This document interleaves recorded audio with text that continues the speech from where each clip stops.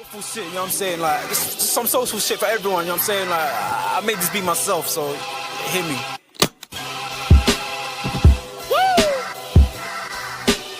I mean, like, we can put all that clown shit away. There's some real shit for you. I'm spazzing right now, so listen, let's go. Yeah. It's in their bones, the thugs in harmony for the love of the money. Then fall victim for the cookie, then turn pussy, it's lonely. You said you hold it down when life get rough, we're here now, so show me. We move them losses to them wins. Heavy pounds, we make it ends meet. Converse with only few who make me feel like I be 10 feet. Feel like I be 10 feet. Big up, people, man. What is going on back in the building here? Another match reaction. Guys, smash a like, share, and subscribe to the channel. Barcelona 3-0 victors against Osasuna last night. Very good performance from Barcelona, man. I'll be honest with you. Very dominant. Obviously, there was the whole talk, you know, before this game, especially during the international break, whether or not Barcelona, you know, should even be playing this game. I heard Real Madrid refused. That's just typical Real Madrid. So they would do that. But I know obviously this game was rearranged and stuff like that as well. So listen, man, it is what it is. And I said it in my match preview that it didn't really matter. Ultimately, you need to play the game. We're here to play the game. So just go out there and do it. And I felt like maybe in the first 10, 15 minutes of the game, you know, before, like, maybe just before the first goal that Barcelona scored, I felt like they were looking a little bit leggy, so to speak. Obviously understandable, but even still, I still felt like, yeah, a little bit leggy, a little bit meh. Obviously, Dani Olmo scoring, but he got injured, you know, later on in the game. Lewandowski coming off the bench to score as well. So both Barcelona strikers were on the score sheet. But yeah, in a general sense, I'll be honest, didn't think it was too taxing for us, for Barcelona. But what I will say though, and you know, we'll take a little look at it. Look, Osasuna, I don't think they had a shot on target in the game, but I don't feel like that tells the full story. But we'll take a look at the stats and things like that anyway. But Barcelona, they were deserved winners of the game. They could have scored more as well. Lamine Yamal doing Lamine Yamal things. You know, Pedri, Gavi, brilliant. Even Olmo before he had to come off with injury, I thought was good. Balde over at left back, but yeah, like I said, man, dominant win, and yeah, one of those kind of performances, man. But this is the lineup that Barcelona kind of went with. I know it's got Gavi on the left wing, but it kind of reminded me of Iniesta, which is funny. But it really did remind me of like Iniesta in terms of they've put you left wing in terms of on the sheet of paper, but when we're watching you play, you know, second half, you know, he was dropping into that kind of defensive midfield. He was dropping in, you know, in between the two centre backs, Garcia and Martinez, picking up the ball from the goal. Like he was doing kind of all round. So I mean, it's got it there, but you know, it's just one of those kind of things, man. But that was the lineup: Lamine Yamal, Torres, with Gavi as the forward line, Lewandowski on the bench, Dani Olmo, Frenkie de Jong, Pedri in the midfield, with Balde, Martinez, Garcia, and Koundé, with Szczesny in goal. And yeah, as I said here, look, I mean, this is what I'm saying. They had a big chance, and it's weird because they didn't have no shots on target, but they did have a big chance on goal. And this is what I'm saying with stats and stuff like that. Like, listen, the stats kind of do tell the story in terms of like, yes, they, you know, Barcelona were dominant and they were deservedly the better team. Passages of football that Barcelona were playing at times is, oh my God, it was mad. It was actually mad when I think about it. One touch football here, pop it around the corners, quick football. Do you know what I mean? There's no faffing about. There's none of this sideways pass, slow passing. Like it was just quick, but quick and done with purpose though. And in those moments that you maybe need to slow it down, in those moments that maybe a Lamine Yamal picks up the ball and everyone's kind of, you know, waiting again, you know, the quick burst and then we go again. And this is what I always talk about when people talk about, you know, when we're, you know, speaking about, you know, how you keep the ball and stuff like that. And, you know, if you're just going to pop the ball around slowly with no real off the ball movement, there was constant movement. And this is what I'm talking about. Like, if you do stuff like that, it creates so much space, man.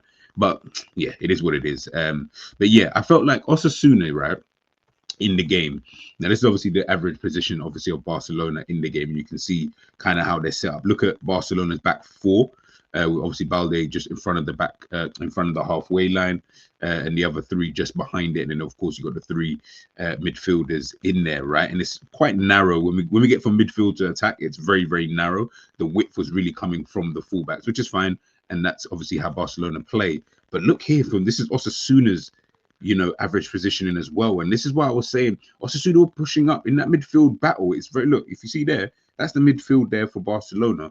This is the midfield here for, Osasuna. It was very congested over there. And I felt at times, and I've said this about Barcelona's football, at times you leave yourself open. You run that risk. These German managers, man, they really like running the risk sometimes with their football. Playing that high line that, Barcelona was doing. And even, to be honest with you, if you actually deep it, their line is, it's high, but it's at the same time they've still got the two centre back, obviously dropped a little bit deeper. But even still, at times with Balde pushing up so much on that left hand side, that ball into that channel, it was happening quite a bit. I remember they got an offside actually I think it was in the second half, but it wasn't offside because he ran from his own half. So I was like, ooh, if he'd got on he got onto the end of it, obviously called off as offside, that could have been problematic. And I just felt like there are times, obviously, when Barcelona are trying to push up and squeeze, I get all of that. But, they didn't play Budimir for Osasuna, which is weird. I don't know why why he didn't play. But, yeah, I felt like maybe if they had started with him, you never know, that could have not said it, he would have been so quick, he would have just running behind. But it's that kind of threat. And I felt like that's what Osasuna were missing. Because in that, like I said, before we scored, they were firing balls into the box. You know what I mean? They were getting in behind a couple of times, like a good couple of times. Yes, Barca were catching them offside as well, but they were getting in a good couple of times, man. And I don't want to make it seem like Barcelona were absolutely flawless, because I don't think that they was, to be honest with you. I think it was a very calm performance, deserved the win type of performance, but yeah, it wasn't like perfect in that kind of sense, And they're, like I said, Osasuna, I felt like at times it was like, oh, you know what? They're actually getting in. I mean, you can see on that right-hand side, look at the space. Do you know what I mean? But guess what? That number 12 can be there because Balde is so far forward. So that can happen now. Now, obviously, Balde is obviously trying to get forward, help out in attack and etc. That's cool. But it creates problems, in my opinion, going the other way. I feel like in other games, they do it, to be fair. And then maybe this was just this game in terms of the opposition that Barcelona were playing. But sometimes you just need to have that balance. And like I said, I do feel like Barcelona, do have that, at times. Chuckle Brothers, man, Pedri and Gavi. I don't really know what else to really say about it. I felt like these two were really, really good in the game. I think Pedri got the man of the match in the game. And like I said, we had Gavi on the actual formation. It looks like he's playing as like the left winger. And at times he did appear in that position, but you can see this is what he was covering, in the game. And like I said, into that defensive midfield position, picking up the ball, dropping in between the centre backs, every now and again dropping out on that left back, right wing back, if you want to call it that, attacking midfield. Again, it's all about the rotations when we talk about these players. Pedri was the same. He was just keeping things ticking over, with just that. It was just keeping the ball, keeping possession, knowing when to go forward. Again, IQ of both of these two players is really, really high. So understanding and knowing when to go forward, understanding and knowing when we need to keep possession, understanding when one of them needs to potentially drop in, or Pedri, Mike, can you go out there, onto that wing just to cover for a second while, Gavi comes into your position, as an example. Again, when you've got that kind of telepathy between two players and just in midfield in general, all of those things, they're gonna kind of happen, and it's gonna come out in ways that will, show that these lot are really in sync, with each other. But listen, man, it is what it is. Anyways, as I say, 3-0 victory, 3 points ahead now. So now we've had that kind of game in hand. So luckily for us, obviously Atletico Madrid sitting in third at this moment in time. We've managed to pull away from them as well, that's what I was saying. I was like, obviously you want to pull away from everybody, and I want, to try and create some distance between us and Real Madrid. But as I said, Atletico was also someone, you want to get rid of as many challenges as possible. It's a bit like Liverpool when I say it, like you want to get rid of as many people as possible so that you've only got like one or two, to kind of have to worry about. And at this moment in time anyway, Atletico Madrid are probably a bit too far ahead and might not be looking at winning the title. But Barcelona just got to keep doing what they're doing.